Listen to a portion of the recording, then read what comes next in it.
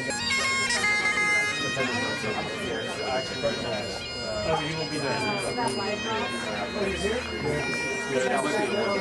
It's my last kid.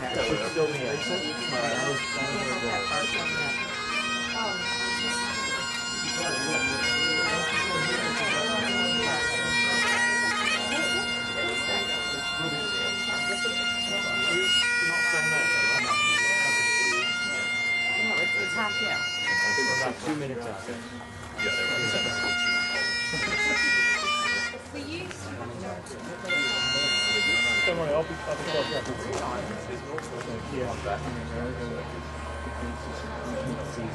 He's full on there. I'm standing next to my board. Oh, yeah.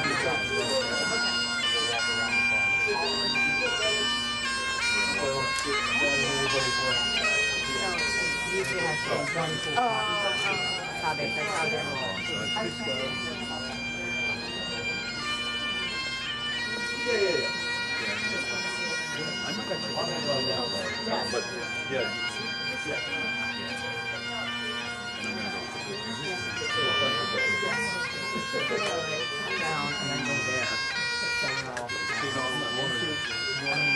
Do we know if the car's going to move? He's going to drop them off and move off and stay there.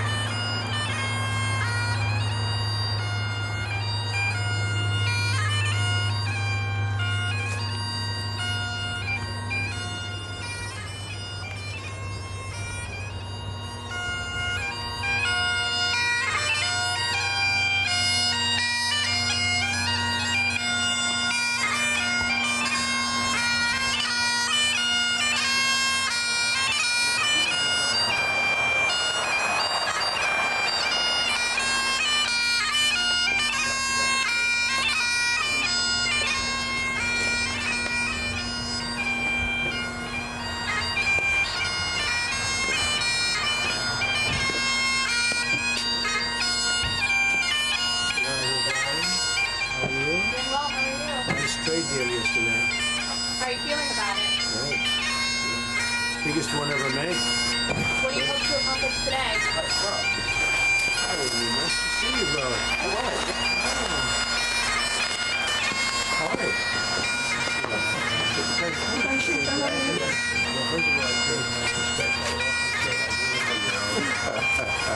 Nice to see you. I don't know who the story is. Trying to get the deal done for 12 years.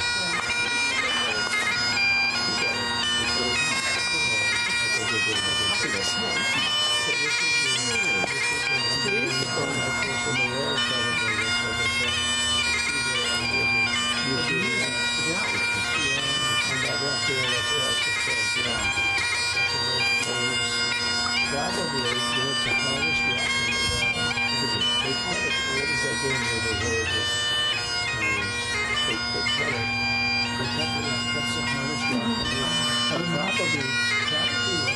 I think. they go to the game and they take pieces out of it. There's a game that they play. What is that like? Like marbles? So what happens is, I mean, essentially it's a line up the country, and it's massive when you go to so far they fly the whole almost 50 years back. We had to come right back again. It's a long flight. It's very far away. So it's part of the whole, probably that was, if you look at it, it's probably very far. It's a very hard stop. The hardest stop anywhere in the world. Yeah. But can you actually land? Can you fly a helicopter over it? You can't for two reasons. There are birds that fly around it in the millions. In fact, I said, well, the birds fly, they just keep circling. And there are millions of birds. You have to try to go there. You wouldn't last long, so it's almost prehistoric. But the funny thing is, it looks like it'll be half an hour flight. Yeah. He flew for 45 minutes. Well, just to get to there? It's so big. It looks like it's close, but it's not close. It's a long flight. I don't think it's close. It's a little bit better. Well, it's fantastic. Thank you for... And this has been one of the world's closest. We've had 4 open championships here. And it's been just a better about... You've got this, you've got the other two on the other side. On top of the everybody see that. And we brought this up to the highest level. And that's the clubhouse, right? Yeah. So if you were a golfer, you'd be here a lot because it's very successful. And the people and all over the world, they love this. It's greater than the whole. It's a beautiful part of Scotland. I used to have a little pole, see that pole? Yeah. I used to have a pole that was shorter than you. Okay. We're going to have to get rid of that. Beautiful. Stunning. So, what you write what...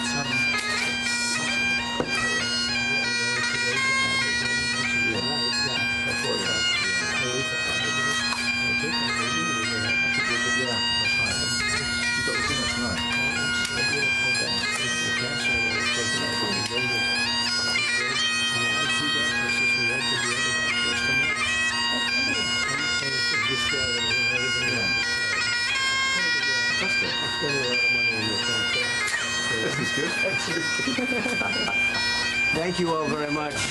You have any questions? Excuse me? You gonna come down on steel or aluminum or other parts or anything? Well, we're in great shape. The trade deal was made with UK. The Prime Minister did a great job. You know, they've been trying to make that deal for 12 years, and he got it done. So everybody respects it. It's going to be a lot of jobs for here, and great for America. And, you know, in terms of even the relationship, our relationship is unparalleled, but it keeps it even closer. You know, when you're able to have a good trade deal, it keeps it even closer. Whiskey? Well, we'll talk about that. I didn't know whiskey was a problem. I'm not a big whiskey drinker, but maybe I should be when I'm over here. Maybe I'll have some whiskey today. Well, we're going to take a look at it. We'll take a look. We want to make the Prime Minister happy. We want to make, by the way, your First Lady, I would say First Lady, she is a respected person all over the United States. I don't know what he's doing, but she's very respected. As respected as him. I don't want to say more, I'll get myself in trouble. But she's a great woman and very highly respected. What do you have to say on Gaza today? What do you want to accomplish? Yeah, well, we've, as you know, given a lot of money to Gaza for food and everything else. A lot of that money is stolen by Hamas, and a lot of the food is stolen. But we're very much involved, and I think it's one of the main reasons for our meeting today. Yeah, we're going to be discussing it today. We'll be talking about Gaza. Do you get ceasefire talks going again? Well, we want to get it going, but as you know, with Cambodia, they just announced a very big, beyond it, this peace. That was going to be a very bad war, and so we're honored we got involved, and it's essentially settled. I think they're going to be settling it today, so it went for a few days. That was going to go on for years. That could have gone on for years. Millions of people could have been killed. We ended the war, and we're very happy about it. The Prime Minister says that recognising the Palestinian state would be a concrete step towards a lasting peace. Do you agree with his position? Well, I'm not going to take a position. I don't mind him taking a position. I'm looking for getting people fed right now. To me, that's the #1 position, because you have a lot of starving people. You have people that, you know, the United States recently, just a couple of weeks ago, we gave $60 million. That's a lot of money. No other nation gave money. I know the Prime Minister would if he knew about it, and he really knows about it now because we're going to be discussing it. But we gave $60 million. Nobody said even thank you. You know, thanks. Somebody should say thank you. But other nations are going to have to step up. When I spoke to Ursula yesterday, she said that the European nations are going to step up very substantially too. Can you discuss the importance of free speech today? Well, free speech is very important. I don't know if you're referring to any place in particular. Perhaps they are, but we've had free speech for a very, very long time here, so we're very proud about that. Well, we protect it. What's your advice on the small boats crisis in this country? How would you deal with it? What's your advice on dealing with the small boats crisis in this country? What is it? The small boats It's about the boats coming over the channel, so we're taking a lot of action to stop people coming over the channel who shouldn't be here, stopping them coming in the first place. Well, and then look, returning them immigration when we is can. a big factor, and I think, frankly, if they're coming from other countries and you don't know who they are, and are they coming from prisons? We have them where they came in from prisons. We're moving them all out. We had a border last June, just recent, last month. We had 0 people come into the country, 0, other than coming through legal means. If you're stopping immigration and stopping the wrong people, I give my hats are off to you. You're doing not a good thing. You're doing a fantastic thing. So I know nothing about the boats, but if the boats are loaded up with bad people, and they usually are, because other countries don't send their best. They send people that they don't want, and they're not stupid people, and they send the people that they don't want. And I've heard that you've taken a much stronger stance on immigration. Yeah, we've done a lot of work stopping them coming. We just signed an agreement to return them, and we've returned 35,000, in fact, under the first year of this Labour government, of people who shouldn't be in this country. So we're very pleased that we're getting on with returning people who've got no right to be here. That's great. As somebody that loves this, I love this country. My mother was born in, as you know, my mother was born in Scotland, and it's an incredible place, a beautiful place. And if that be the case, I congratulate you. That's exactly, because Europe is a much different place than it was just 5 years ago, 10 years ago, and they've got to get their act together. If they don't, you're not going to have Europe anymore as you know it, and you can't do that. This is a magnificent part of the world, and you cannot ruin it. You cannot let people come in here illegally.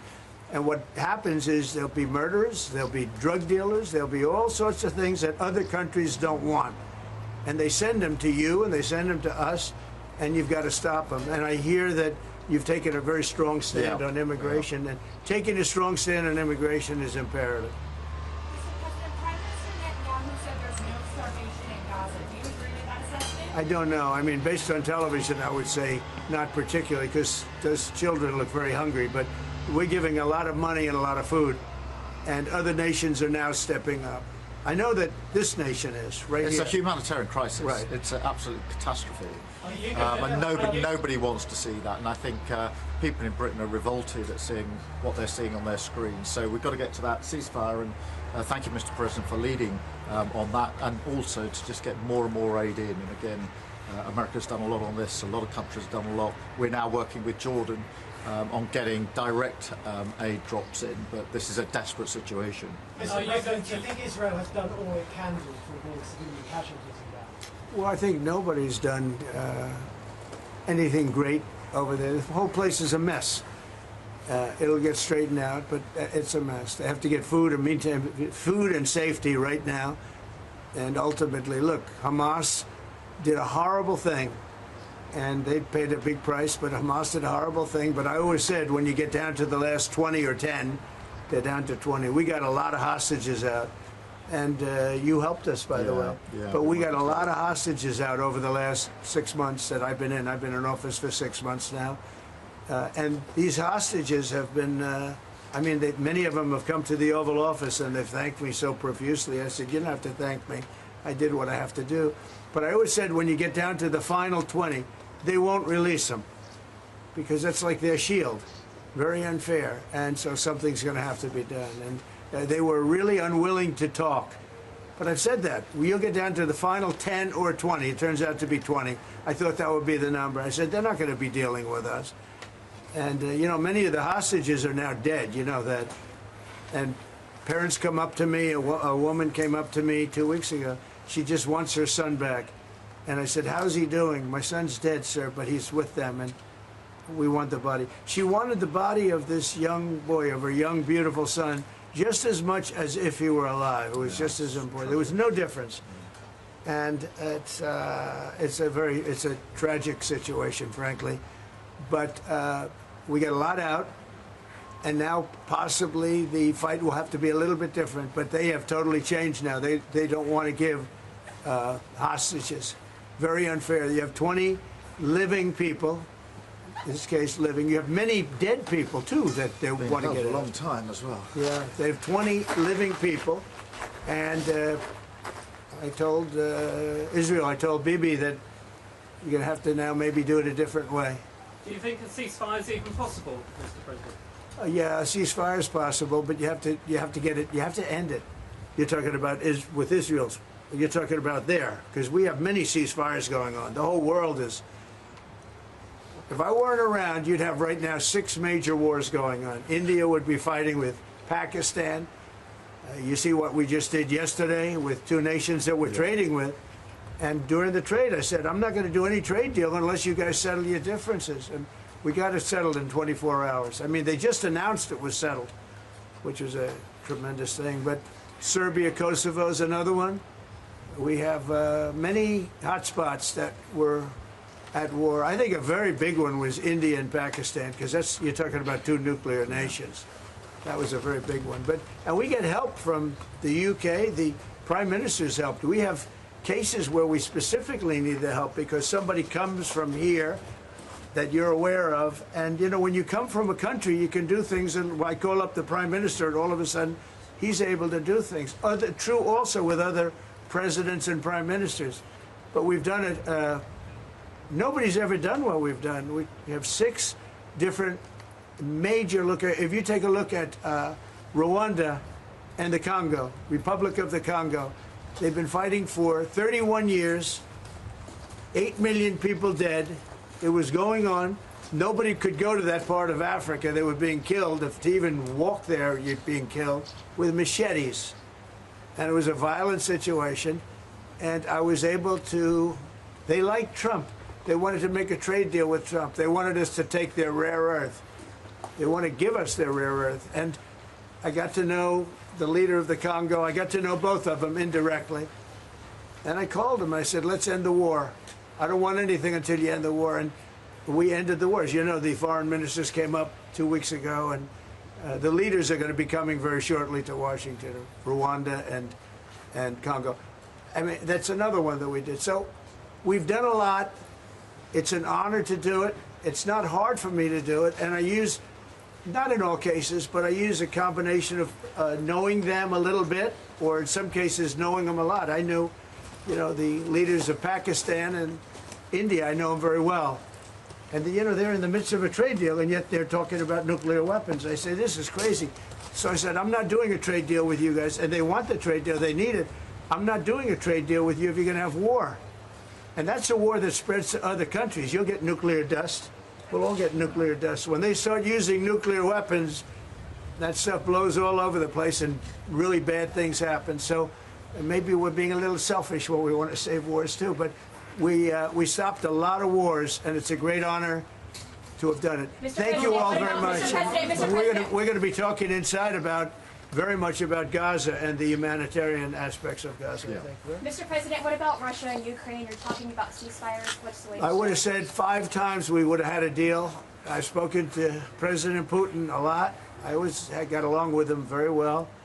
But 5 times, and every time 4 times maybe. But we've had discussions. You and I have had discussions. Yeah. We thought we had that settled numerous times. And then President Putin goes out and starts launching rockets into some city like Kiev and kills a lot of people in a nursing home or whatever. You have bodies lying all over the street. And I say, that's not the way to do it. So we'll see what happens with that. I'm very disappointed. I'm disappointed in President Putin. Very disappointed in him. So we're going to have to look, and I'm going to reduce that 50 days that I gave him to a lesser number because I think I already know the answer what's going to happen. Okay? Thank you very much, everybody. We'll see you later.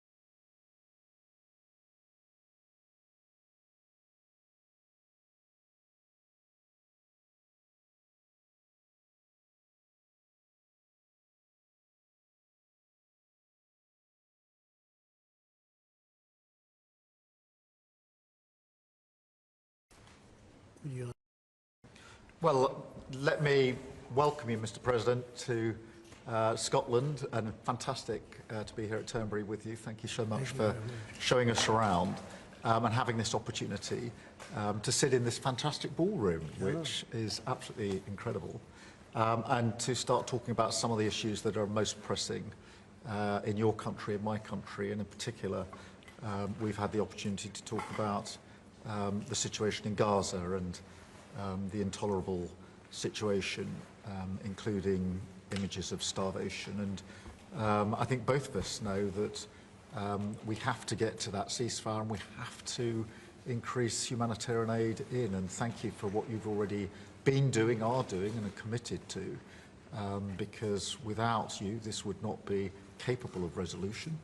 And I think that if we can work not just on the pressing issues of the ceasefire, but also on this issue of getting humanitarian aid in at volume, at speed, and then we've discussed a plan for what then happens afterwards. I think we can do our very best to alleviate what is an awful situation at the moment. So thank you very much for the discussion we've had so far and the discussion we're about to continue on that really important issue. But it's fantastic to be here. Thank you for your hospitality and to see this amazing golf course. I'll invite you to a football ground at some stage, and we can exchange sports. It's been great being with you, and thank you very much, Mr. Prime Minister. And you've done a fantastic job with regard to the trade deal. You know, they wanted a trade deal here for years, many years, through many different terms of different people, and you got it done. So I want to congratulate you on that, and it's a great deal for both. It brings unity. We didn't need unity, but it brings us even closer together. I think it's good for both parties. We also discussed, obviously, Gaza, and I think before we get to phase 2, which is, you know, what's going to happen afterwards, we want to get the children fed. We made a contribution a week ago of $60 million, all going into food. We only hope the food goes to the people that need it, because so much, as you know, when you do something there, it gets taken by Hamas or somebody, but it gets taken. But and we're prepared to help. You know, we want to help. It's a terrible situation. The whole thing is terrible. It's been bad for many years, but it's great to hear you feel the same way that I do. We have to help on a humanitarian basis before we do anything. We have to get the kids fed. So we've been sending in a lot of food. A lot of the food that's been going there has been sent by the United States. I spoke yesterday with the president of the European Union, Ursula, who was terrific also on the subject, and she's going to play a big role also in helping us. So we have a good group of countries that are going to help with the humanitarian needs, which is food, sanitation, and some other things. It's very difficult to deal with Hamas. As I said, you know, we got a tremendous amount of hostages out, but it would take place in drips and drabs. You'd get 10, you get 5, you get 2, you'd get 10, 12. We get 12 one time. Many of them would come to the White House, and they were so thankful. But I always said, when you get down to the final 10 or 20, you're not going to be able to make a deal with these people, because they use them as a shield. And when they give them up, they no longer have a shield. And the people of Israel feel so strongly about the hostages. Some people would take a different view, but they feel so strongly about the hostages. So that's an ongoing process. Hamas has become very difficult to deal with in the last couple of days, because they don't want to give up these last 20, because they think as long as we have them, they have protection. But I don't think it can work that way. So I'm speaking to Bibi Netanyahu, and we are coming up with various plans. We're going to say it's a very difficult situation. If they didn't have the hostages, things would go very quickly. But they do, and we know where they have them in some cases, and you don't want to go riding roughshod over that area, because that means those hostages will be killed. Now, there are some people that would say, well, that's the price you pay, but we don't like to say that. We don't want to say that. And I don't think the people of Israel want to say that either, which is pretty amazing. A lot of people would say, just get it done and whatever it is. You could also say speed might be better for the hostages. You go through, with speed, you may have a better chance because they're in deep trouble. They're in deep trouble. You saw October 7th, and you saw what the damage and the horror that they committed. People can't forget that. They tend to forget it, but they can't forget. That was one of the most evil things I've ever seen. And you just cannot forget that. So we're very much involved. The Prime Minister's involved. I'm involved. And I think I can speak. We just signed a very big trade deal, the biggest of them all yesterday, right? And the European Union is very much involved in wanting to help with really the Palestinians in terms of getting people fed. But the area of Gaza, another way of defining it is the area of Gaza. It's a very troubled place, and it has been for many, many years. It has been for many decades. So it's not like this just happened. This has been going on for a long period of time. So that's it. Our hearts are in the right place. We have some good news because the recent war that you just saw, they just announced, I see, the newest of the 5, now this would be 6 that we've stopped. I've stopped 6 wars in the last, I'm averaging about a war a month, but the last 3 were very close together. India and Pakistan and a lot of them. Congo was just, and Rwanda was just done. But you probably know, I won't go into it very much because I don't know the final numbers yet. I don't know. Numerous people were killed, and I was dealing with 2 countries that we get along with very well, very different countries from certain standpoints. They've been fighting for 500 years, intermittently, and we solved that war. You probably saw it just came out over the wire, so we solved it through trade. I said, I don't want to trade with anybody that's killing each other, so we just got that one solved. And I'm going to call the 2 prime ministers who I got along with very, very well and speak to them right after this meeting and congratulate them. But it was an honor to be involved, and that was going to be a very nasty war. Those wars have been very, very nasty. So we've done a lot of good work. We've had great support from the Prime Minister anytime we needed help, anytime we needed any form of support. You've been there. We appreciate it very much. And we're going to continue onward. We do have to take care of the humanitarian needs on what they used to call the Gaza Strip. You don't hear that line too much anymore. You don't hear the Gaza Strip.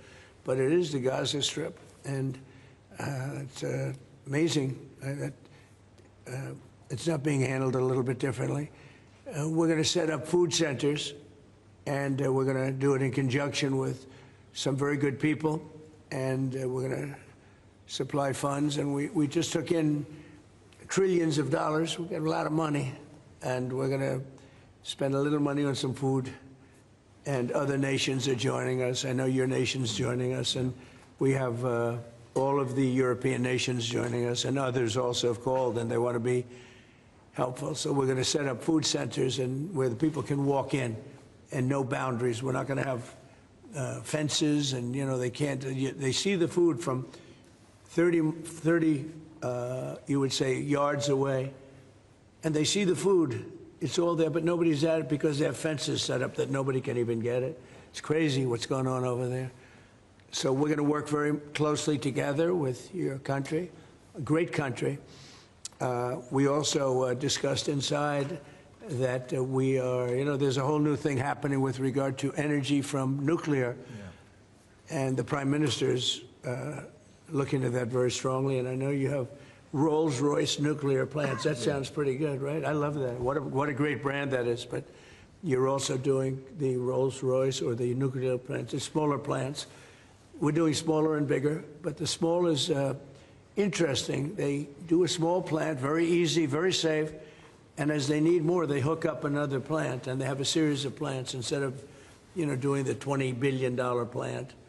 That gets tough for a lot of people to do. So we're just studying that. It sounds like you're very far progressed, but that's a great thing you're doing on nuclear. We opened up nuclear about 2 months ago, and it's now safe and very inexpensive.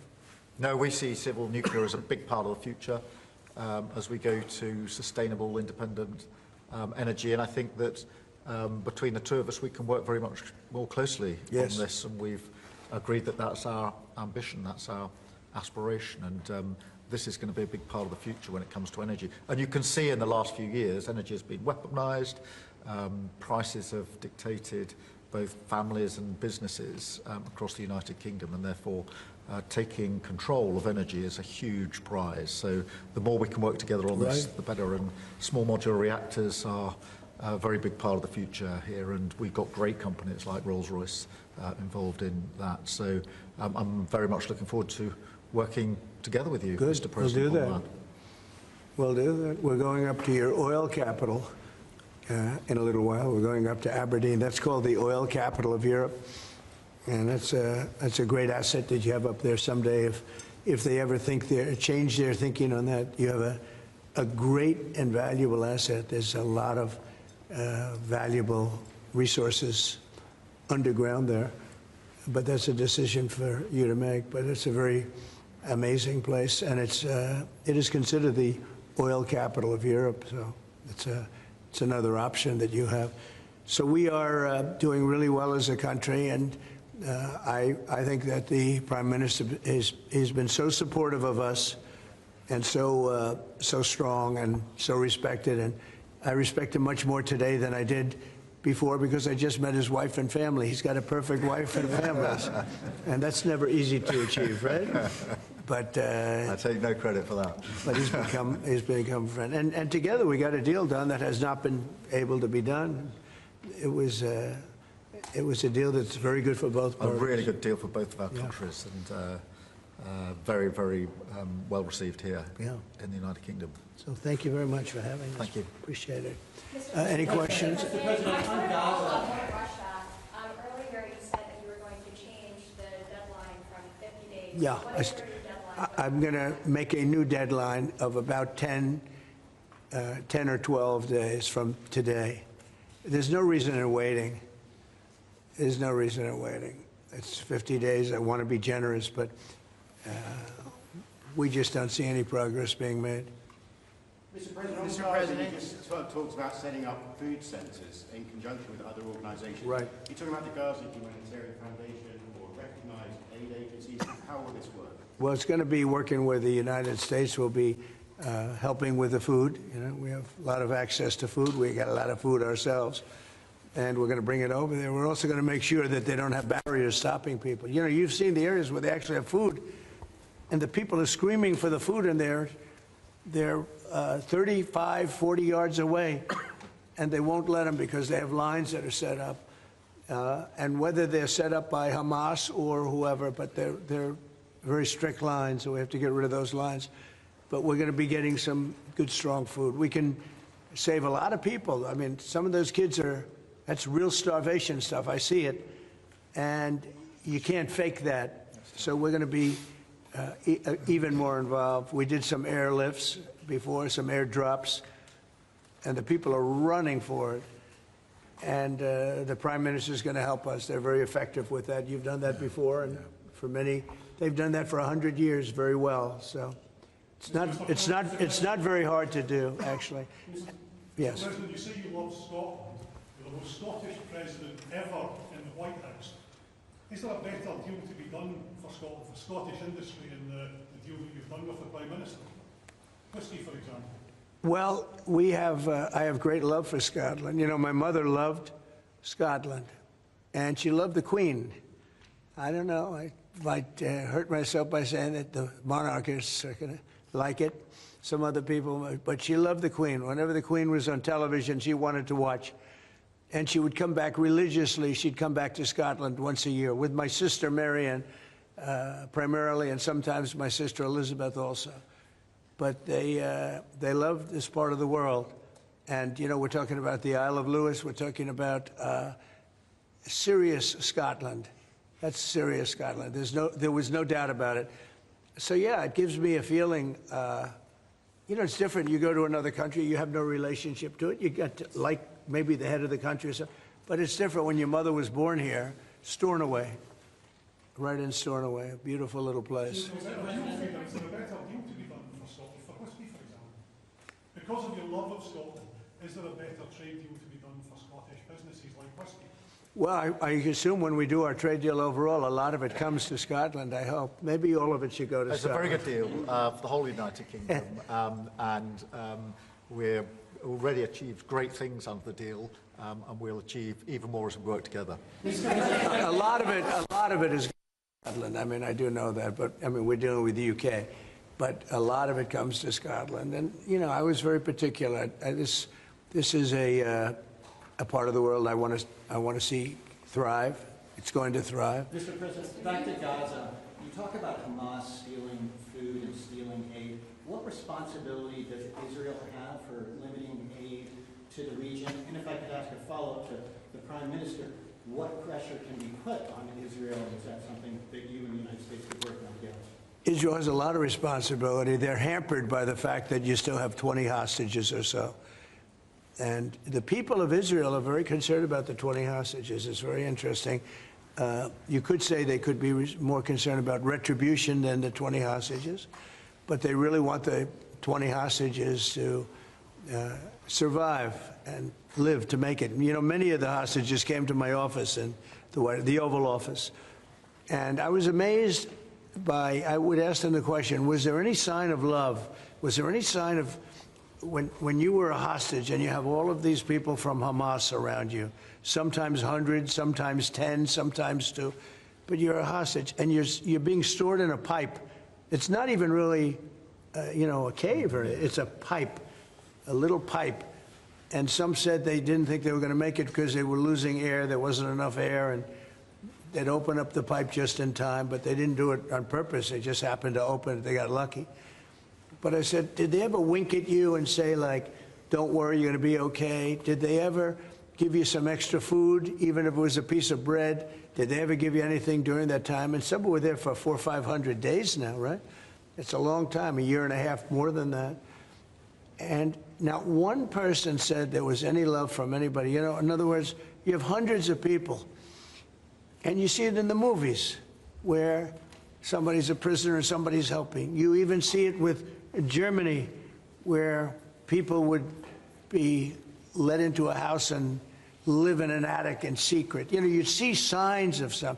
I said, did you see anything like, did they wink at you? Did they say, don't worry, you're going to be okay? I never received, I ask that question all the time.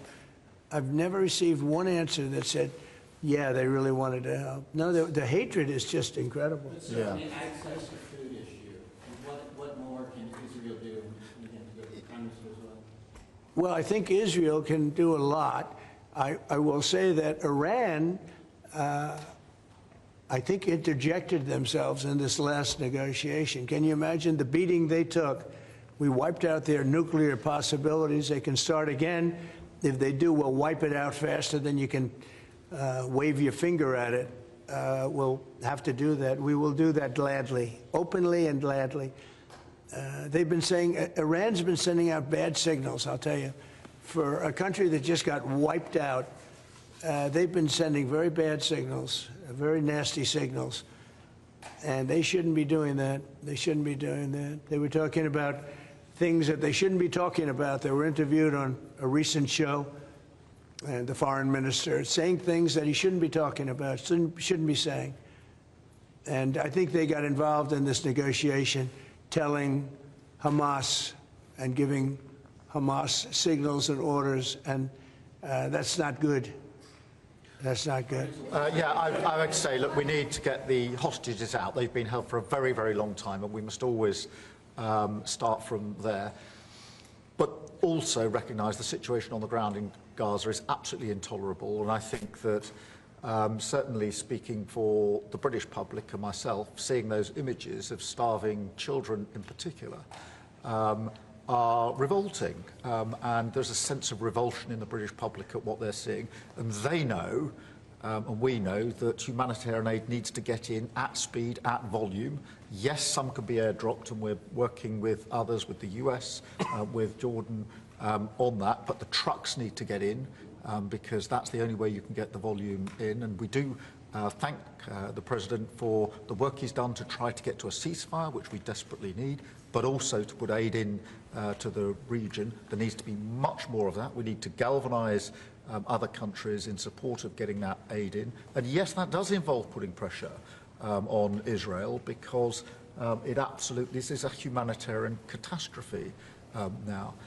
We also need to look beyond that situation to what then happens in the event of a ceasefire, which is desperately needed. And that's why I'm really pleased that we're having a discussion about what a peace plan would look like after that, the component parts of that. And we have to be really clear at this point that Hamas can play absolutely no part in any future governance in Palestine, and and in Gaza. And it's really important that we're clear about what triggered this, who took the hostages, and calling out Hamas for what they are, which is a terrorist organisation. But I think today the focus has to be on getting that humanitarian aid in. Will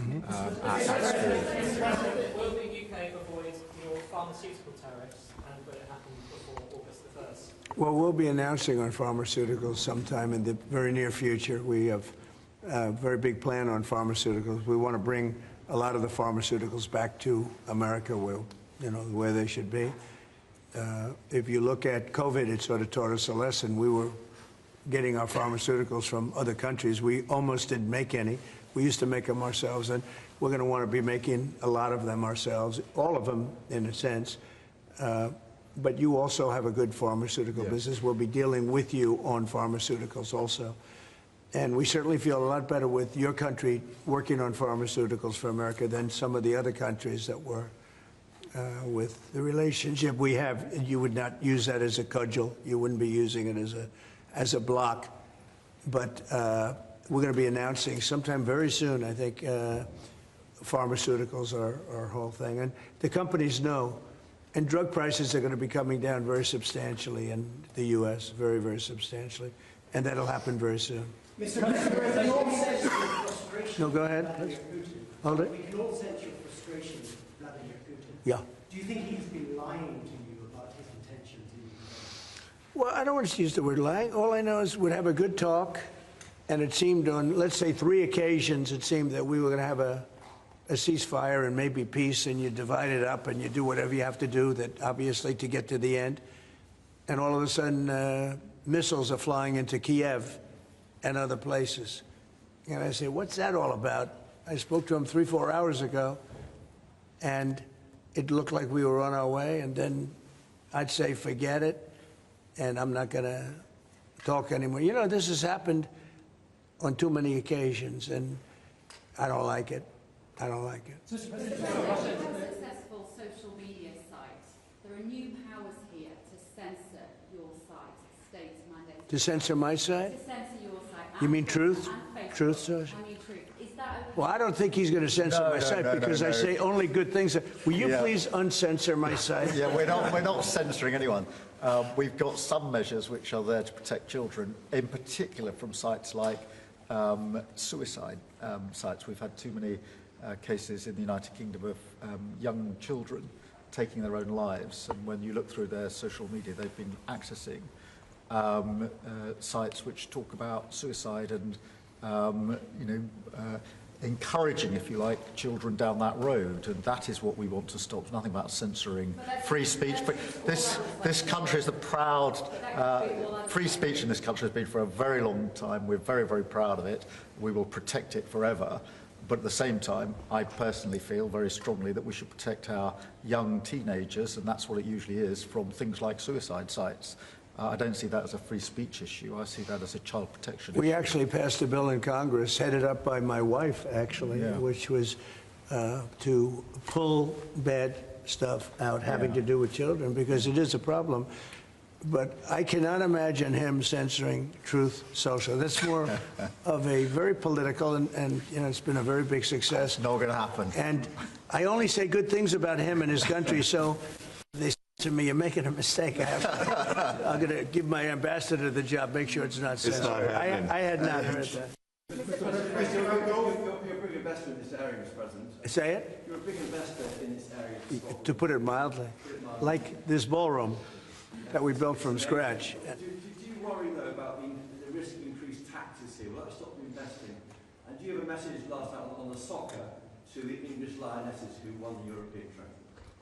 So I think that I have a theory that low taxes bring growth. We just passed a big tax cut bill, the biggest bill in the history of our country, actually. And one big, beautiful bill. I used to call it the great one big, beautiful. We took the word great out. But it's actually called the one big, beautiful bill. It's essentially a very large tax cut bill for everybody. And our country's, pretty soon, I think I can say it right now, our country's never done better. We had a country that was dead. It was dead 6 months ago, a year ago. Leaders from NATO, we had a very successful meeting at NATO. Your prime minister was there. It was an unbelievable love fest with all of those countries. And they agreed to go 5% and all the things. Very smart to do. But many of the leaders said, you know, essentially, they said, your country was dead 1 year ago. 1 year ago, we had a dead, and we did. We had a dead country. We had a president who didn't know where the hell he was. We had horrible, horrible people running our country. I think they were sick people, actually, sick. You talk about censorship, those are big, that's all they did was censor, and they didn't know what to do.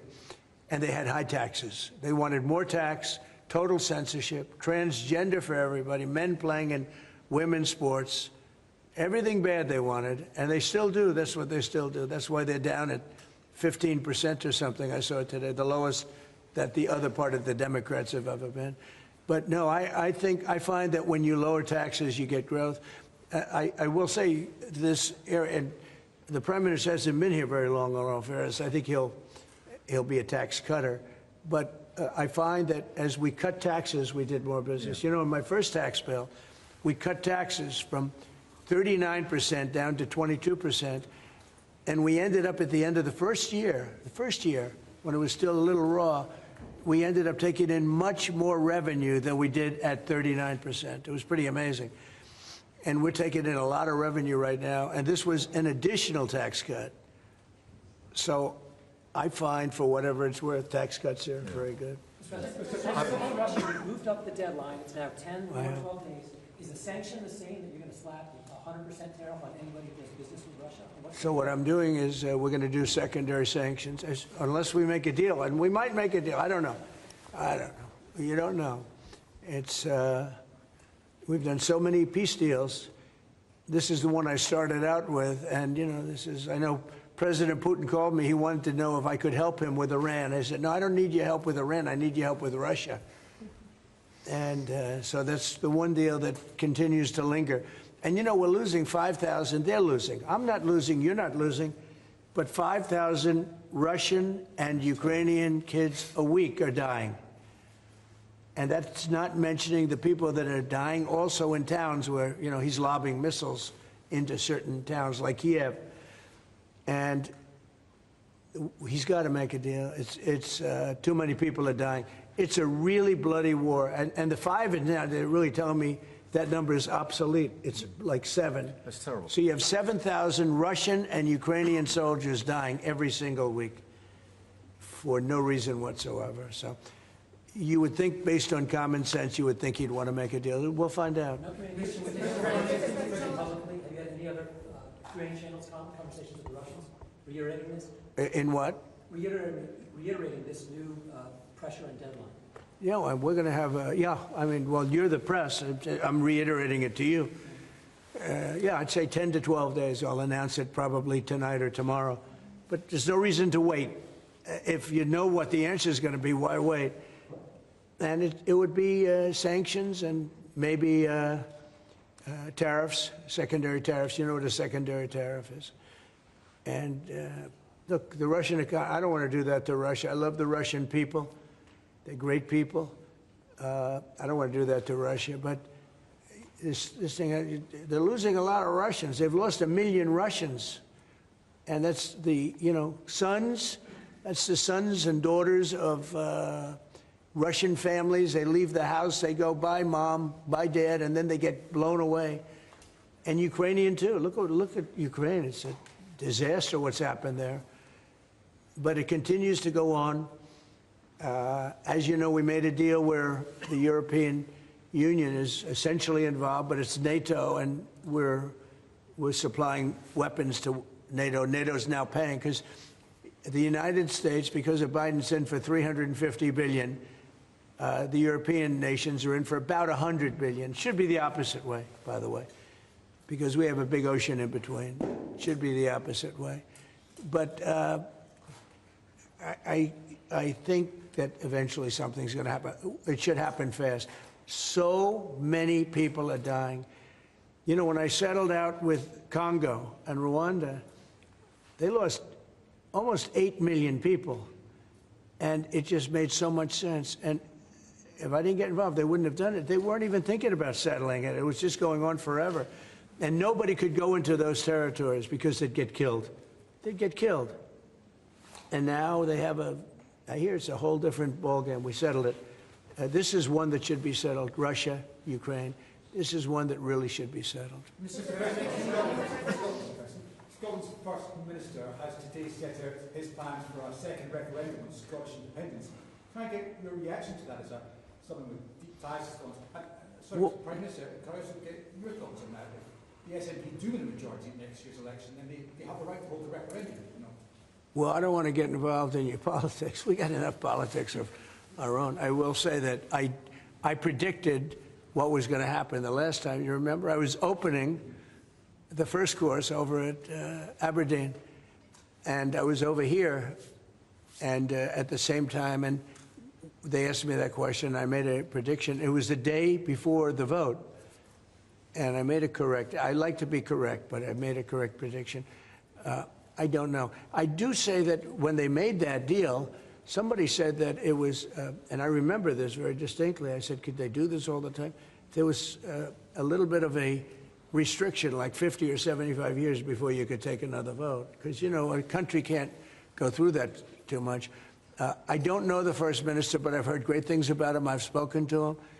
I hear very good things about him, and I'm meeting him today. So maybe I'll have a better opinion then.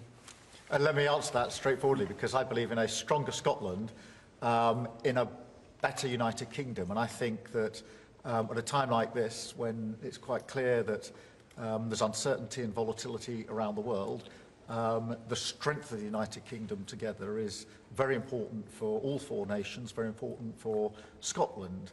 And that should be our priority, that should be our focus, not on the politics, which feels like the politics of yesteryear now, at a time like this. And I think that you know, the First Minister should probably focus more on his delivery in Scotland than on his constitutional issues, and we might have a better health service in Scotland. But at a time like this, I think the United Kingdom is always stronger as four nations. I think that's better for all four nations. I think that's how Scotland is stronger.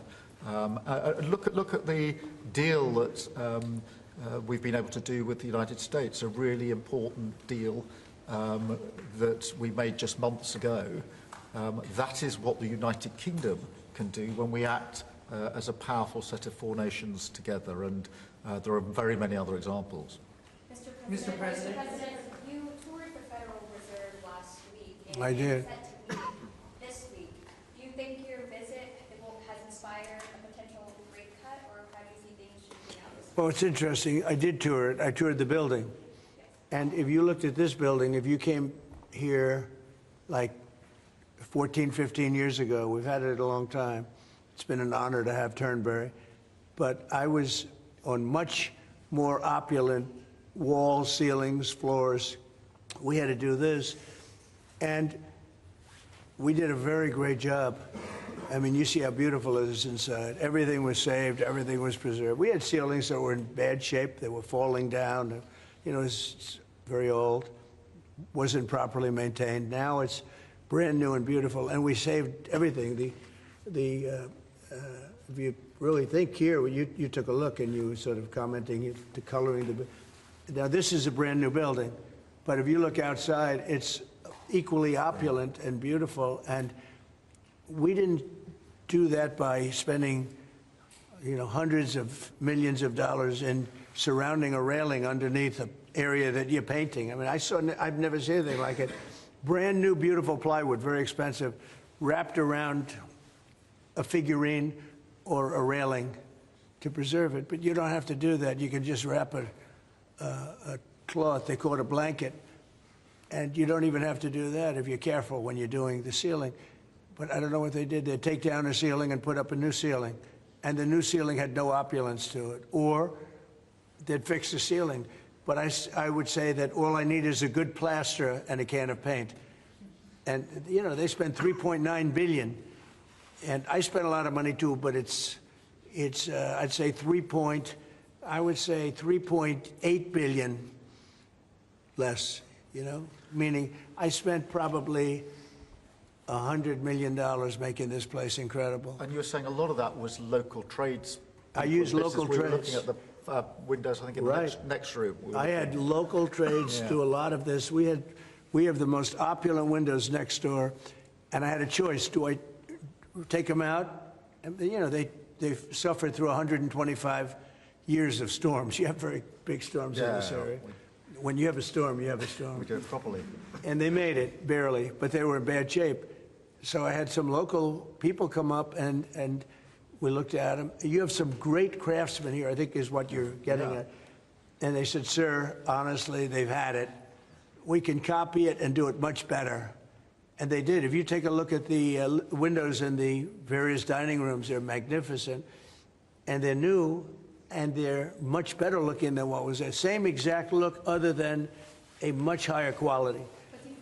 And they're local people. I used a lot of your local people. You have really great local tradesmen here, yes? But do you foresee a rate cut this week? Do you expect A rate cut? Meaning a tax cut? No. Do you expect the Fed to cut rates this Oh, I think he has to. You had 11 cuts, you know? In Europe, they had 11 cuts. In other places, they had 10 or 11 cuts. And we had none, but I'm not going to say anything bad. You know, we're doing so well, even without the rate cut. With the rate cut, it would be better. It affects our housing a little bit. Look, we should be 3 points lower. Each point is $360 billion. Can you imagine that? That's big numbers. Each point, 1 point of cut, is the equivalent of $360 billion in savings.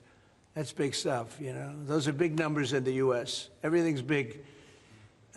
He should cut. A smart person would cut. You know, he leaves very soon, so it's like one of those things. But I'll miss him greatly. I'll miss him. Turnberry, if I may, have you or will you enlist the Prime Minister in your effort to bring the open back to Turnberry? And Prime Minister, you described this beautiful course. Do you agree with the President that it's time to bring the open back to Turnberry? Well, as you know, that's not a matter directly for me. That's for the sporting authorities. But look, I mean, it is the first time I've been here. It's absolutely magnificent, both inside and out, and looking at the courses itself and the building. It's incredible. But the decision on the Open is not a decision for me, as you'll understand. I should just pick up on the earlier question, because I, for one, will say congratulations to the Lionesses. Last night, our women's football team won the Euros, well, defended the Euros, I should say. It's a big story. Which was a really big success, and the mental and physical resilience that they showed was quite incredible. So it's a big deal. There's a lot of bunting out today and tomorrow to celebrate them bringing that cup home. Did you get the chance to do any planning for the upcoming state visit? And I mean, how is that going to work? Where would you stay? And anything about this? Well, I'm looking forward to it. It's never been done before, twice. We had our original at Buckingham Palace, and now I guess we're going to Windsor. And it's never been done, and I'm a big fan of King Charles. I've known him for quite a while. He's a great guy, a great person. He looks really well to me. He looks great. So we look forward to coming over.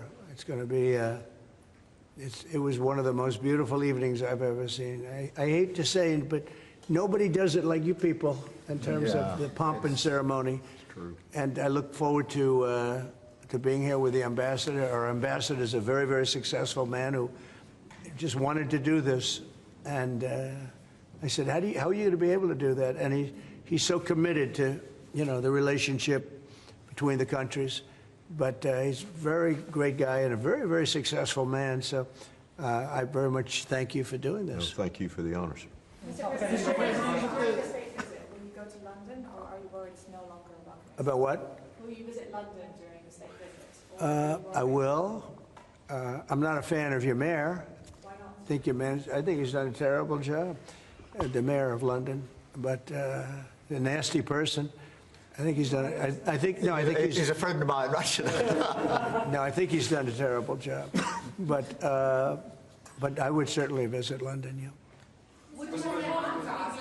So MP Nigel Farage has asked Parliament to be recalled when you're there. Well, I like Nigel. I mean, Nigel, as you know, is a friend of mine. Nigel's done very well. He's a friend of mine. And Keir's a friend of mine. Would you recall Parliament so that the President can talk to MPs? Well, Parliament's in recess at the time, but look, I do want to be clear. This is an unprecedented and very special state visit. This has never been done before, and there'll be many elements of it that have never been seen before. So this is going to be a historic occasion, and we're all very much looking forward to it. And I was very, very pleased to be able to put forward the invitation when we were at the White House earlier this year. So, but this is not just a state visit.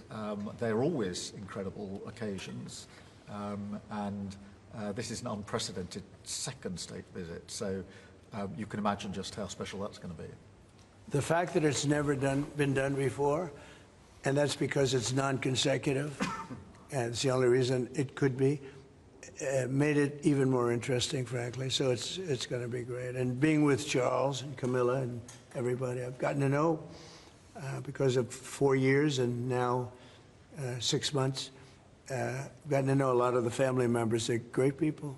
They're really great people. And in that sense, I think that the UK is very lucky.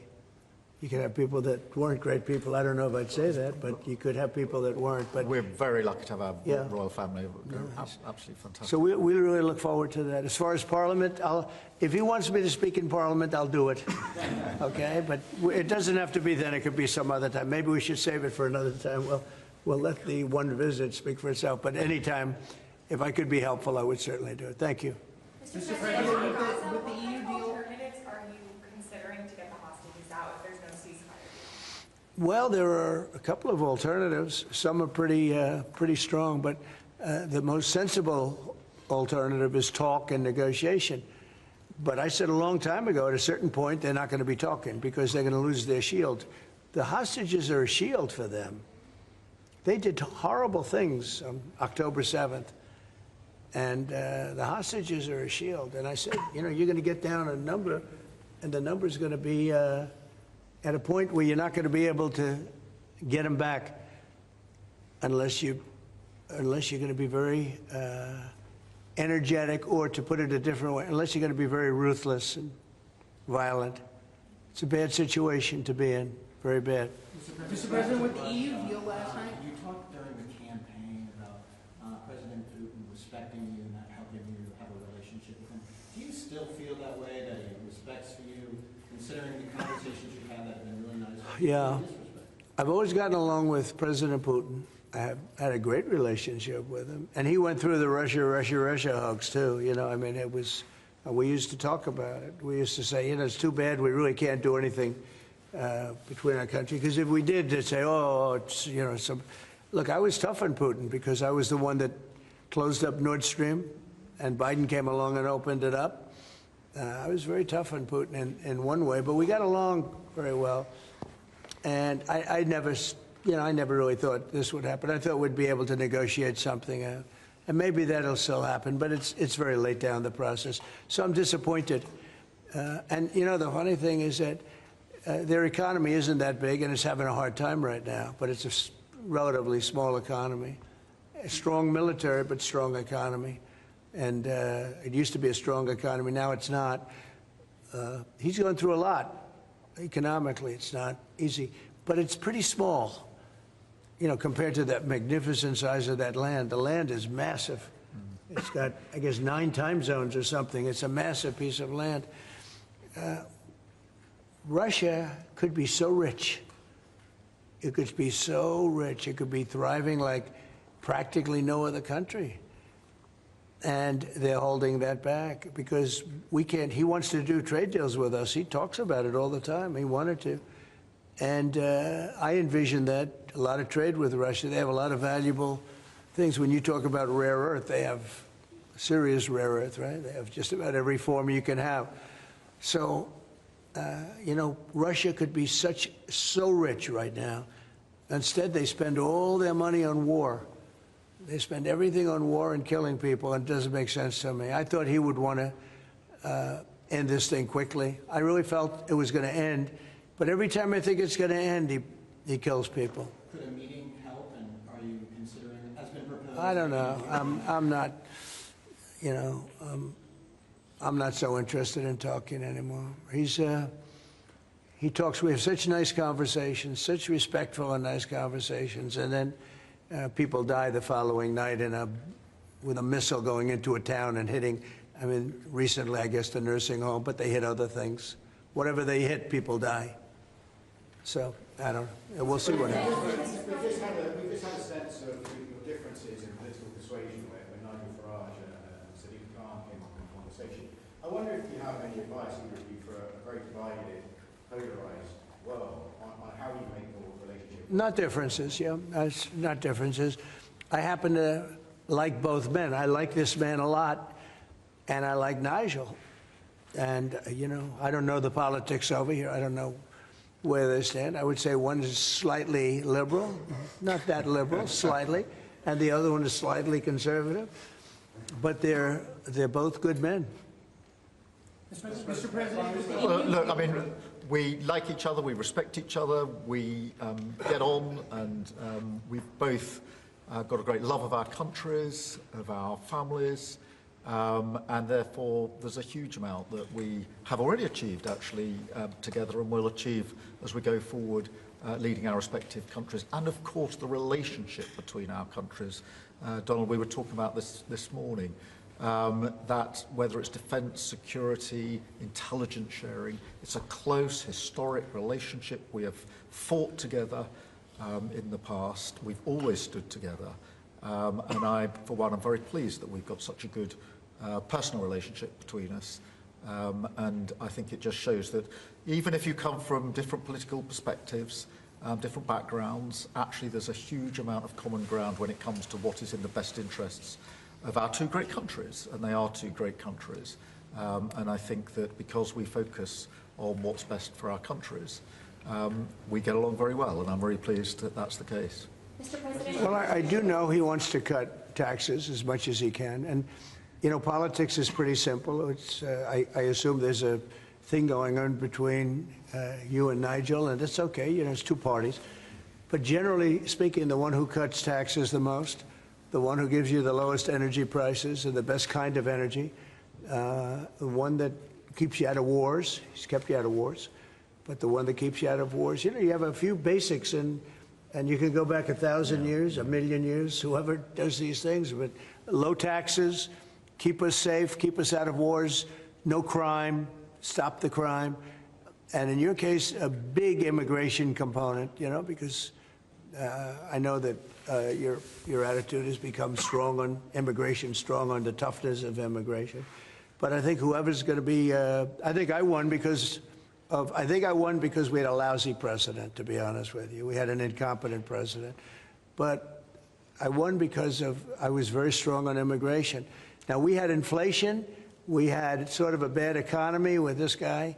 We had a lot of problems, but I focused on immigration more than I did anything else. And I think I won because of immigration. I think I won because of the border. I had a bad border where millions of people were coming in to our country illegally.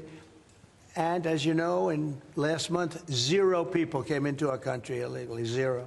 So we went from a bad, incompetently run border to the most competently run border that anybody's ever seen. Prime Minister, the President makes it look easy dealing with illegal migration. He must be envious of his record in such a short period. Well, I think we've been discussing illegal migration is a huge issue in both of our countries. In the United Kingdom, it is a real cause for concern, and that's why we must bear down on it in all its aspects, upstream, across Europe, where a lot of ours comes into through northern France, across the Channel, working with our allies, with our colleagues to break the gangs that are actually running this trade, but equally being very strong that when people have arrived in this country who've got no right to be here, then we should be removing them to their own country. And that's why I'm really pleased that we've been able to focus on this very intensely and get 35,000 people out of the United Kingdom who had no right to be here, because the message has to be you can't make your way to the United Kingdom. We won't tolerate our rules being broken, and if you get here, you will be returned to where you came from. And it's really important that we bear down on that. We're such an attractive place for people to come if they want a better life, because we are. People coming via the rules are always welcome. Of course, we've welcomed talent and people into this country for centuries, literally. But what the British people will not tolerate is those that break the rules, those that come through irregular routes, and that's the really important distinction here. And that's what we're bearing down on. And I'm really pleased that we're through pretty well all of the international engagement I've done, all the meetings I've had, the countries we've done deals with. We've done deals with countries in the last 12 months that many people thought it was not possible to do deal with when it came to immigration, irregular immigration, and we've returned thousands of people who've got no right to be here. And that, I think, is, for the British people, we're a reasonable, tolerant country, where people are coming lawfully to contribute to our communities, to our country, then of course they're welcome and have made a great contribution. But what people will not tolerate is those that are breaking the rules. And that is an issue of today, but it's a very British thing. We are people who respect rules. We don't approve of those that break rules. I can say, though, that I had one of the greatest victories, they say the most consequential in 129 years, so I don't know about that, but it was pretty close. And we won all of the swing states, which never happens. We won the popular vote by millions of votes. We won, tremendous electoral college sweep. And I believe I did it more than anything else because of my strong stand on immigration. And I don't think this country is any different in that sense. I think it's a big factor. And it is with a lot of the European countries. Some of the countries have lost their way, and they have tremendous crime because of it. I mean, you had countries with no crime that now have tremendous crime. And you know the countries, and I know the countries. And so I think it's a huge factor in any election, not just this election, but in any election. I think the one that's toughest and most competent on immigration is going to win the election. But then you add low taxes and you add the economy. He did a great thing with the economy because a lot of money is going to come in because of the deal that was made. But I think that immigration is now bigger than ever before. Mr. President, your Treasury Secretary is meeting with Chinese trade Right now. Right now. Have you received an update? Do you expect a deal when these talks are over, especially with the August 1st Yeah. deadline? No, they're meeting right now. And, we have a good relationship with China. But China's tough. And like you're tough, we're all tough, yes. But we're going to see what happens. We just concluded our deal with Japan. It was very good for everybody. We're making, great deals. We're making deals that are good for us, but we want them to be good for everybody. It's important. It's sometimes I'll do something that I shouldn't do because it's not very important for our country, but it's very meaningful for the country on the other side. And I'll let them have that point because it's very important for them. So I don't know, but we've made a lot of deals in the last couple of months. And then ultimately, as you might as well know, we're going to because we have, you have 200 countries, more, but people don't know that. You got a lot of countries. And I wouldn't want to sit down with 200 people and have to deal the way he was calling me all the time. We want this, we got to have that. These are tough negotiators. These are, look, they're smart people, they're tough negotiators. They know what they want. And, but we're going to be setting a tariff for essentially the rest of the world, and that's what they're going to pay if they want to do business in the United States. Because you can't sit down and make 200 deals. But we've made the big ones. We just finished Indonesia. They opened up their country. We just finished Japan. They opened up their country. You know, Japan opened up the country. They were totally closed. They opened up to our cars, even to rice. Rice was a big deal. They would never take anybody else's rice. They're taking rice. But they opened up their country. Philippines, we just finished. They opened up their country. They were very closed. I'd love to see China open up their country. So we're dealing with China right now, as we speak. Yeah, we're dealing with China right now. The deal you've got with the UK is better than the one with the European Union. Is that because you think Brexit was a good idea for this country? No, look, you know, we have a very special relationship with this country. Like, you know, my mother was born here. And not only born here, loved it. She'd come back, I told you, religiously every year. And she'd go up to Stornoway and see her relatives. But she loved the country. Yeah, that probably has, it always has an impact. Always has an impact. But, you know, Germany has a new leader, and I think he's terrific. I think you like him too. Yeah, I think he's terrific. My father was born in Germany. Or his parents said, we're just out. But, so, you know, you have a lot of feeling for this part of the world. I do. I want to see this part of the world do well. Germany, Scotland, UK. I want this part of the world to do well. All of the nations. You know, you do feel a certain, you have a feeling, a warm feeling toward a part when your parents are born essentially here. And I think maybe it's slightly different. Maybe it's not. I don't know. But maybe it's slightly different. Mr. President, President completely rule out a pardon for Ghislaine Maxwell when you landed. Is that something you would ever consider, and why? Pardon for who? For Ghislaine Maxwell. Well, I'm allowed to give her a pardon, but nobody's approached me with it. Nobody's asked me about it. It's in the news about that aspect of it, but right now it would be inappropriate to talk about it. So, Mr. President, your opposition to offshore wind is well known. In Scotland, wind is a disaster. But in Scotland and across the UK, wind farms. I know, it's a shame. It's not his fault. I used to tell Alex Salmond. Have you spoken to the Prime Minister, and will you speak to the first? Well, all I can do is give my way. Look, wind is the most expensive form of energy, and it destroys the beauty of your fields and your plains and your waterways. And look out there. There's no windmills, but if you look in another direction, you see windmills. When we go to Aberdeen, you'll see some of the ugliest windmills you've ever seen. They're the height of a 50-story building. And you can take 1,000 times more energy out of a hole in the ground this big. This big. It's called oil and gas. And you have it there, the North Sea. This big, that nobody would even see. You can take 1,000 times more power because the wind is intermittent, it doesn't work, it's extremely expensive. All the windmills are made in China. They used to be Germany and China, now they're mostly in China. They all come out of China. They say that the blades, which are carbon fiber, you can't bury. Oh, okay, you can't bury. What are you going to do, dump them in the ocean someplace? Because they only last a certain period of time. And remember, a windmill has a life of 8 years, especially when they're out in the salty sea. And they start to rot and to rust. You're going to have to replace them. It's very hard to replace them. Wind needs massive subsidy.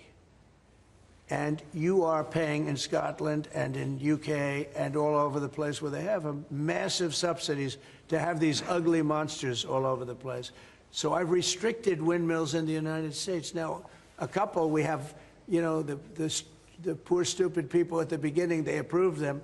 So they have their full approvals. But I've restricted windmills in the United States because they also kill all your birds. You know, they wipe out. You know, it's interesting. If you shoot a bald eagle in the United States, they put you in jail for 5 years. And yet windmills knock out hundreds of them. They don't do anything. You explained that.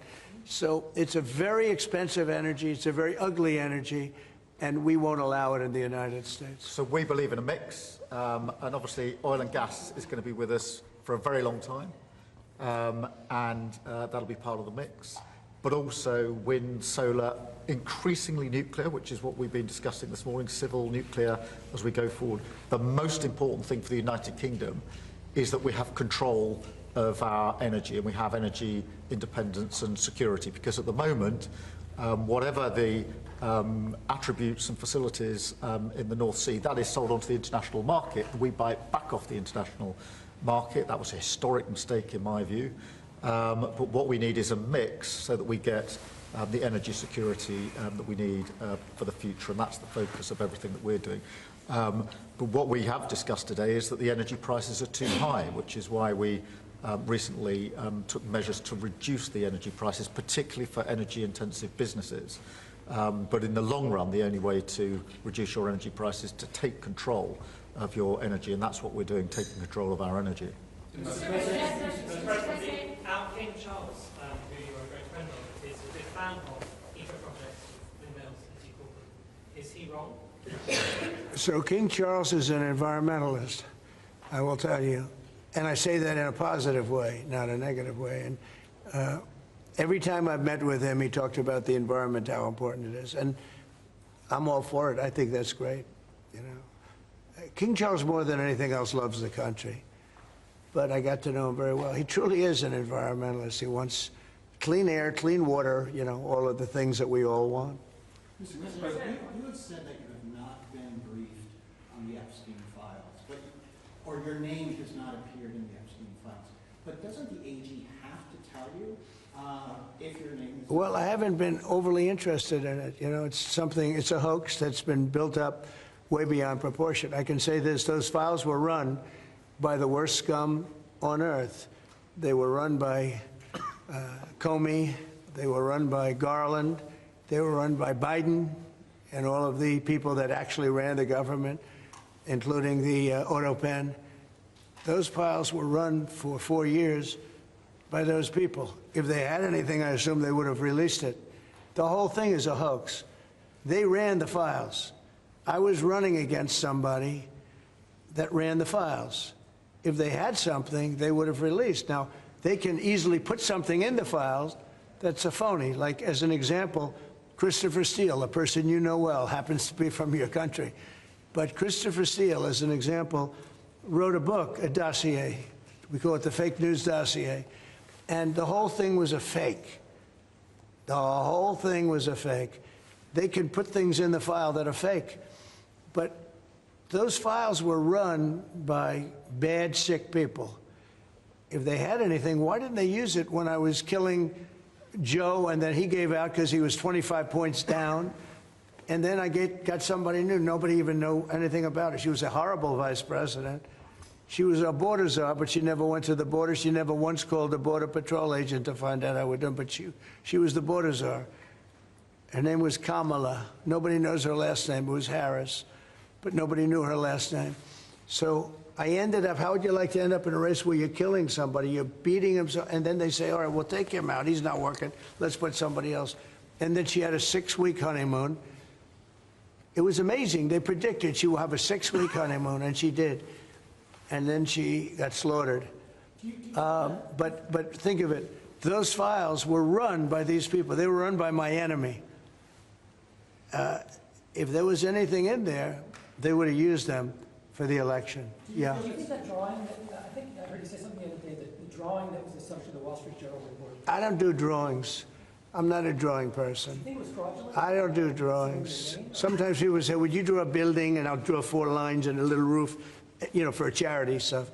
But I'm not a drawing person. I don't do drawings of women, that I can tell you. They say there's a drawing of a woman, and I don't do drawings of women. And also, you know, Epstein was always a very controversial guy. I was at a very high position, you know, pretty much all my life. In all fairness, I've been doing this for a long time. I had the top show on television. I had the #1 bestsellers. I had everything, right? And I was a very successful business guy.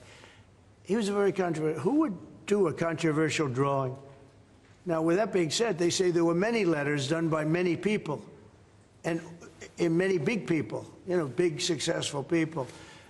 But I just don't. When you talk about files, I just keep going back, and other people too. Even the enemy says this thing is not correct, because if we had it, we would have used it on the guy. It's a bad issue. They say it's a good issue for Trump. Do you know that my poll numbers are up 4.5 points since this ridiculous Epstein stuff? My poll numbers have gone up 4.5 points because people don't buy it. Okay, people don't buy it.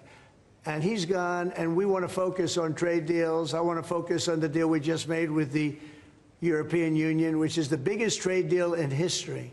It's the biggest deal, I think, in history, not just trade deal. So if they would have had something, they would have used it. And Yeah. people keep writing stories about the time he threw him out of Mar-a-Lago. Can you settle that? What was it about? What caused the breach with him? That's such old history. Very easy to explain, but I don't want to waste your time by explaining it. But for years, I wouldn't talk to Jeffrey Epstein. I wouldn't talk because he did something that was inappropriate. He hired help. And I said, don't ever do that again. He stole people that worked for me. I said, don't ever do that again. He did it again. And I threw him out of the place, persona non grata. I threw him out, and that was it. I'm glad I did, if you want to know the truth. And by the way, I never went to the island, and Bill Clinton went there supposedly 28 times. I never went to the island, but Larry Summers, I hear, went there. He was the head of Harvard. And many other people that are very big people. Nobody ever talks about them. I never had the privilege of going to his island. And I did turn it down, but a lot of people in Palm Beach were invited to his island. In one of my very good moments, I turned it down. I didn't want to go to his island. Yeah. Mr. President, on Gaza, next time you speak to Netanyahu, what will you ask him to do? Say it louder. Next time you speak to Netanyahu, what will you ask him to do? Well, I'm going to say, look, we're giving money and we're giving food, but we're over here and we're over in the United States, and I think I can speak for the Prime Minister. We're giving money and things. He's got to sort of like run it. Well, I want them to make sure they get the food. I want to make sure they get the food, every ounce of food. I think you want the same absolutely. thing. It's an absolute food. Because that food isn't being delivered, Mr. President, or at least all of it. you said you were going to set essentially a tariff for the rest of the world. For the world. What percent will that tariff be? I would say it'll be somewhere in the 15 to 20% range. So maybe 15 or 20, or? No, I said, you know, I sort of know, but I just want to be nice. I would say in the range of 15 to 20%. Probably one of those two numbers. UK and steel aluminum makers here are worried about tariffs. Will you do anything to help here? Aluminum? You're a pretty big aluminum maker. Right? Yeah, that's already covered in the deal that we've agreed. So we're just doing the implementation of that. But Mr. President, when will that come down from 25% to 0? You mean on the overall, on the world? On steel and aluminum from Britain, it's 25. Well, we're going to know pretty soon. We're going to have it pretty soon. You have no idea that these people are tough negotiators, okay? But we're a big buyer of steel. But we're going to make our own steel. We're going to make our own aluminum for the most part. But we buy a lot of aluminum from right here, and a lot of steel too. Yeah. Who are you with? Who are you with? Because you're asking such a nice question. TV News. That's from TV News. Very good. Good. They're lucky. We have a lot of unhappy farmers in this country at the moment, and I'm sure the Prime Minister won't thank me for raising this. We've had changes to inheritance tax, which mean a lot of farmers feel they're going to lose their farms when they die at their farm there. How important are farmers to a country? You mean they're going to lose the farm because of estate taxes and things? So what I've done, Pay so much, they're cash poor, but they have great. I know, well, they're cash poor. They're land rich and cash poor. A lot of people are. I've had that too. Sometimes I'm land rich and cash. Sometimes I'm cash rich and land poor. I like it both ways, but as I get older, I like the more conservative route. So I did something that I don't know if you can do, but it was great. I love our farmers. As you know, in our tax bill, we have a clause that's very important. We were losing a lot of farms to the banks because a loving mother and father would die and left their farm to their children or their child, but their children, their family. and they loved their family, and they thought they were doing them a favor, but they had a 50% tax to pay. So the land would get valued, and at a high number, because some of the farms were valuable, but they didn't, you know, they couldn't quantify it. And they'd go out and borrow money to pay the estate tax, or the death tax, as it's called, and they'd overextend, and they'd lose the farm, and they'd commit suicide in many cases. No. Our levels are nowhere near 50%. They're not. We've just introduced where it's paid over many years. Works out. Well, that's good. An extra 2% a year over 10 years. So it's not at those levels by any stretch of the imagination. But the other thing that we've done, as you know, is make sure that we've got a pathway for farmers that actually increases their year-on-year income, which is the most important thing. And in all of the deals that we do, we ensure that our farmers are the central focus for much of it, particularly on the agriculture, including in the US deal, because I don't think we can go on for years saying that it's acceptable for farmers to have a year-on-year income which isn't sufficient. We've got to fix that problem. We can't simply live with that problem, so it's a very different situation. Well, we ended the estate tax. There is no estate tax on farmers.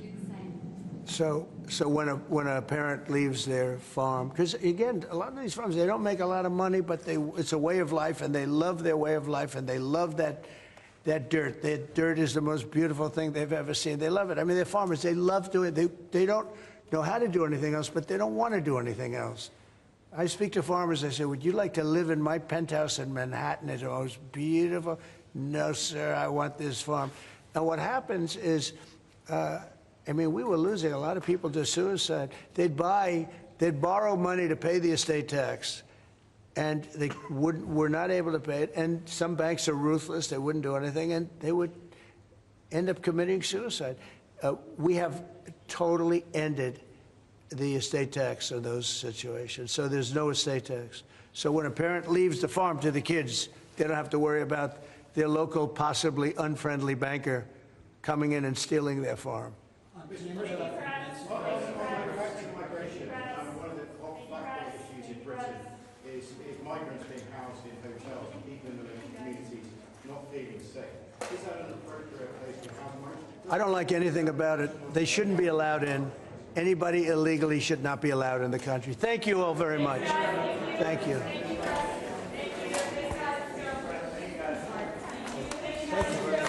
Take everything.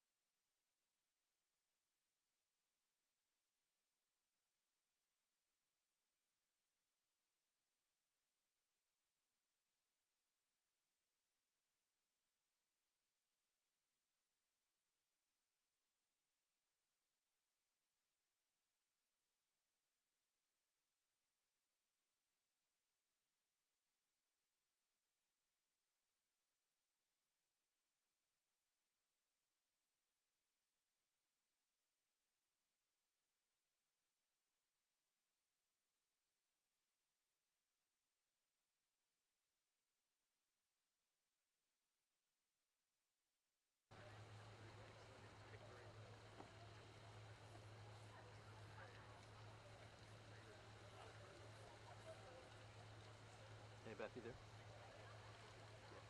Yeah, sorry.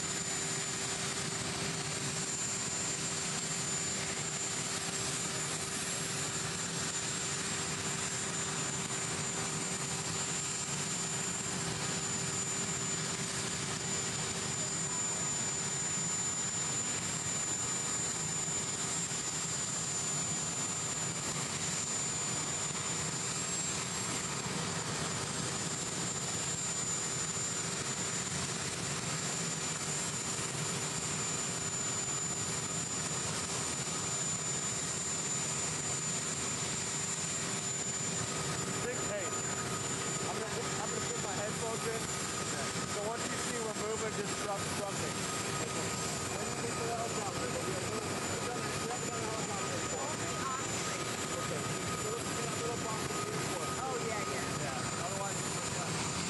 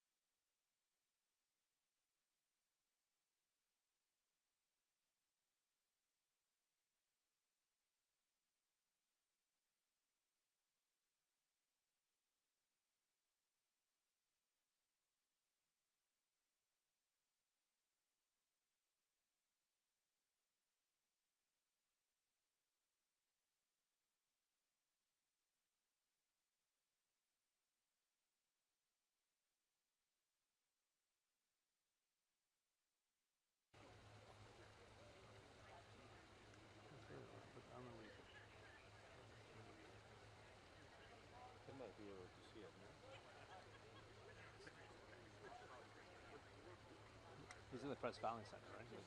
Elise sees it? She's starting a bridge. See you soon. Have fun. Okay, they see it. They do, okay.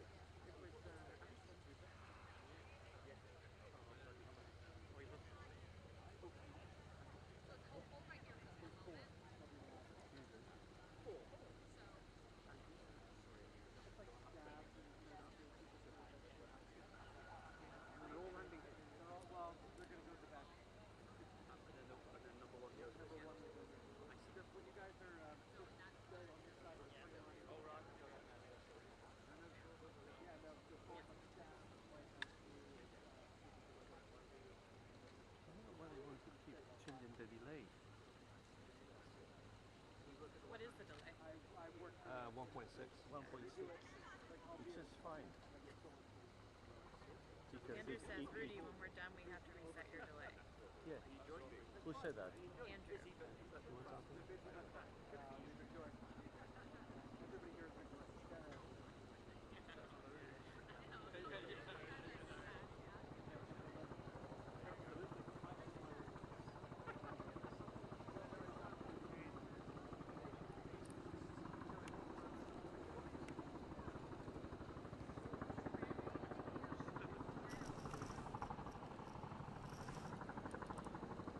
To the press helos first.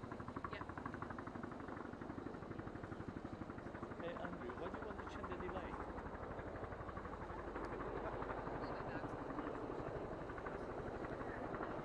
Okay. Okay, because yeah, we said it especially for that because we give you more room for the audio and the even more room for the video. That's why I took. No.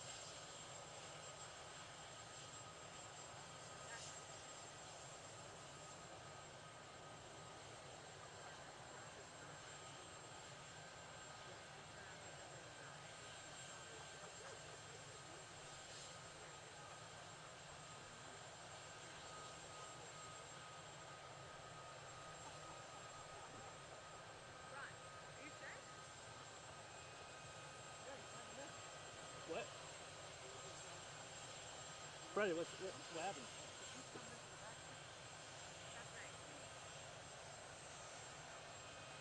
Freddie, come here, please. That's not the... That's not my line, I don't think. Okay, so he's coming next, or what? Coming next, yeah. Oh, shit.